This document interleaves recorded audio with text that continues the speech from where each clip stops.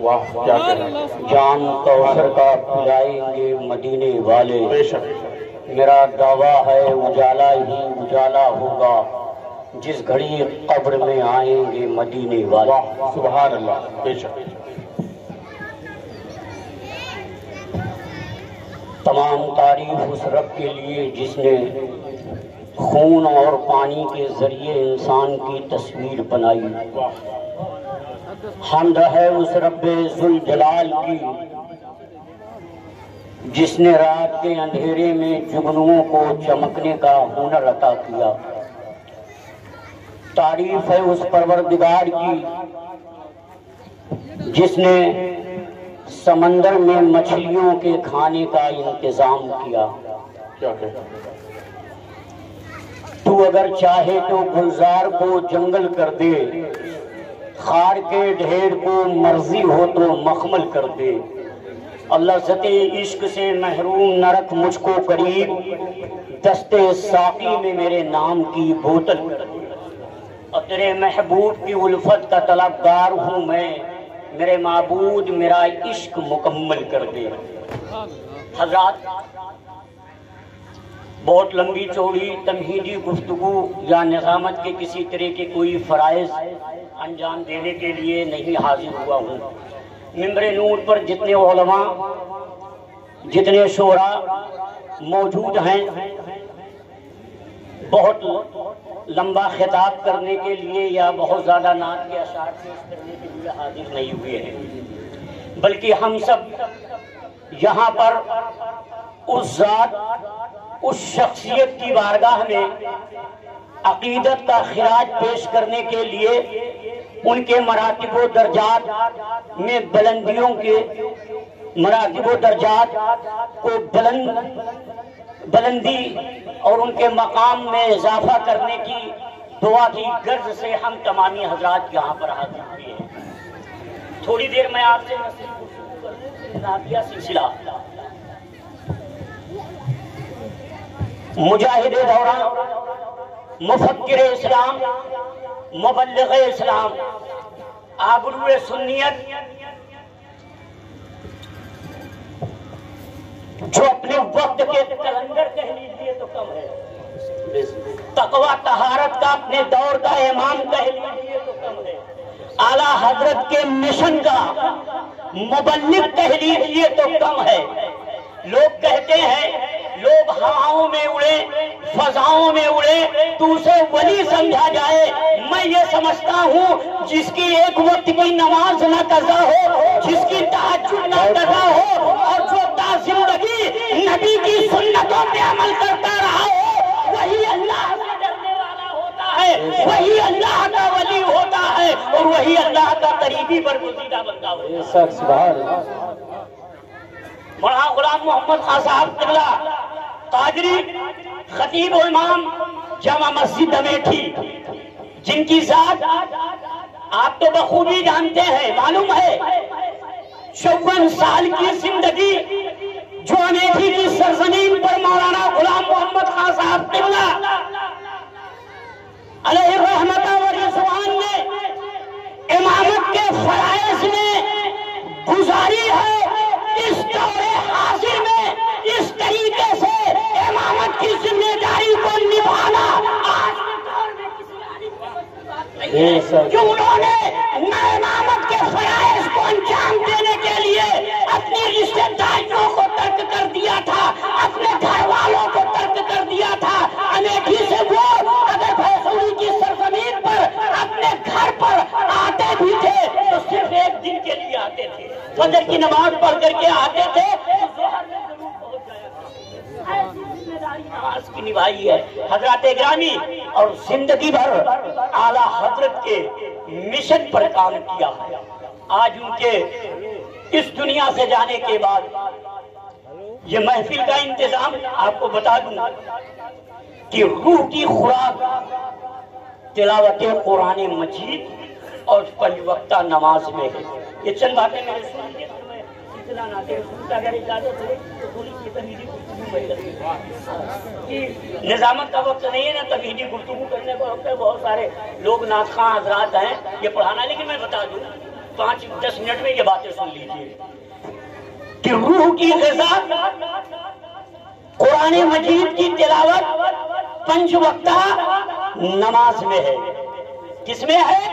قرآن مجید کی تلاوت 5 وقتہ نماز میں ہے. اللہ کے پیارے حبیب فرماتے ہیں تم میں بہتر وہ شخص ہے جو قرآن سیکھے سکھائے، جو قرآن پڑھے اور پڑھائے. مسلمانوں پر ان دونوں کی ادائیگی فرض ہے اور اس کی پابندی لازم اور اس کی پابندی لازم اور ضروری ہے. نماز اگر دین اسلام کا ستون ہے تو قرآن جو ہے وہ مکمل ضابطۂ حیات ہے. اگر نماز میں انسانیت کی معراج کا دوستو سینہ ہے تو قرآن جو ہے وہ ہدایت کا چشمہ چشمہ ہے. اگر نماز میں دل کا سرور ہے تو قرآن کی تلاوت میں دماغ کا سکون ہے. اگر نماز جو ہے راحت اور آرام کا باعث ہے تو قرآن مقدس کی تلاوت مومنوں کے لیے شفا اور رحمت ہے. ان دونوں چیزوں پر ہمارے امام صاحب قبلہ نے اپنی پوری زندگی عمل کیا ہے. حضرت کا یہ پیغام ہوتا تھا کہ نیکیوں کی دعوت دیتے تھے، برائیوں سے لوگوں کو روکا کرتے تھے. نیکیوں کی دعوت دیتے تھے، برائیوں سے لوگوں کو روکا کرتے تھے. اور جو زندگی بھر نماز اور قرآن کی تلاوت کرتا رہا ہو تو ظاہر سی بات ہے انہوں نے اپنی حیات طیبہ میں اپنی روح کی خوراک کا انتظام کرتے رہے. تو آج اس دنیا سے جانے کے بعد اس جہنم کے موقع پر ان کی روح کو متاثر کرنے کے لیے، ان کے روح کو خوش کرنے کے لیے ان کے صاحبزادوں نے، ان کے پوتوں نے میلاد مصطفیٰ کی محفل کا اہتمام کیا ہے. قرآن مقدس کی تلاوت ہوئی ہے، ذکر مصطفیٰ کا اہتمام کیا ہے. نعت مصطفیٰ علیہ السلام یہ ثنا خوان مصطفیٰ علیہ السلام پیش کریں گے. یہ مومن کے روح کی غذا ہوتی ہے، روح کی خوراک ہوتی ہے. اور آج ہم اس مقدس محفل میں جب قرآن کی تلاوت کریں گے، نبی کی نعت پڑھیں گے، اللہ اس کے رسول کا ذکر کریں گے تو یقینی طور پر ان کی روح قبر میں متاثر ہوگی، ان کی روح قبر میں خوش ہوگی. جتنے لوگ اس محفل پاک میں بیٹھے ہوئے ہیں وہ سب حضرت کے روحانی ہوتے رہیں گے. حضرات وقت بہت کم ہے. حضرت نے 54 سال کی جو زندگی قصبہ امیٹھی میں جس طریقے سے گزارا ہے، جو دین کی تبلیغ کی ہے، قصبہ امیٹھی کا ایک بچہ وہ بھلا نہیں سکتا. رب قدیر کا یہ فضل و کرم ہے کہ ایسی ذات کا انتخاب امیٹھی کی شاہی جامع مسجد کے امام کی حیثیت سے حضرت کے لیے کیا تھا کہ ایسی دین کی تبلیغ فرمائی. خدا کی قسم کہ آج پورے قصبے میں کوئی بدعقیدہ نظر نہیں آتا. یہ حضرت کی تبلیغ کا اثر تھا. یہ حضرت کی تبلیغ کی محنت تھی. اور آپ کو بتا دوں حضرت اپنی تقریر میں زیادہ تر دو چیزوں کو زیادہ بناتے تھے. ایک درود شریف کو موضوع بناتے تھے، دوسرا ایمان و عقیدے کا موضوع بناتے تھے، پھر نماز کا موضوع بناتے تھے. جو دنیا حضرات گرامی، ہم ان کے چہلوں کی اس پاکیزہ تقریب میں حاضر ہوئے ہیں.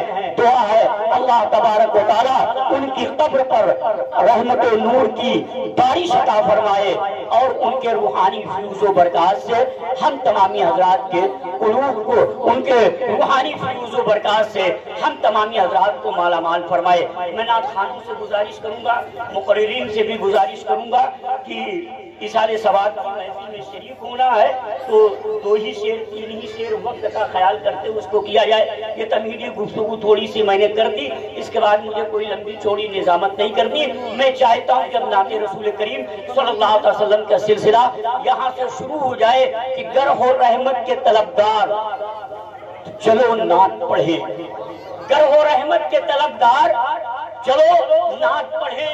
آ گئے سید ابرار چلو نعت پڑھے، آ گئے سید ابرار چلو نعت پڑھے.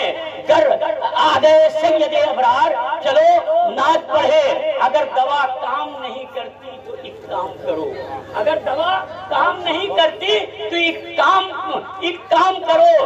ٹھیک ہو جائے گا بیمار چلو نعت پڑھے، ٹھیک ہو جائے گا بیمار چلو نعت پڑھے. اور حضرت کا یہ پیغام محفل میلاد مصطفیٰ میں سننے والوں کے لیے ہوتا تھا کہ جب آقا کی نعت سنو تو ادب کے ساتھ سنو، احترام کے ساتھ سنو، اس خیال میں ڈوب کر کے سنو کہ ہم یہاں پر بیٹھ کر کے آقا کی نعت سن رہے ہیں، آقا کی نعت لوگ پڑھ رہے ہیں، لیکن میرے آقا اپنی قبر انور سے سننے والے کو بھی ملاحظہ فرما رہے ہیں، پڑھنے والے کو بھی ملاحظہ فرما رہے ہیں. حضرت جو عقیدہ پیش کرتے تھے وہ شعر میں سنے کہ ٹھیک ہو جائے گا بیمار چلو نعت پڑھے، چلو نعت پڑھے.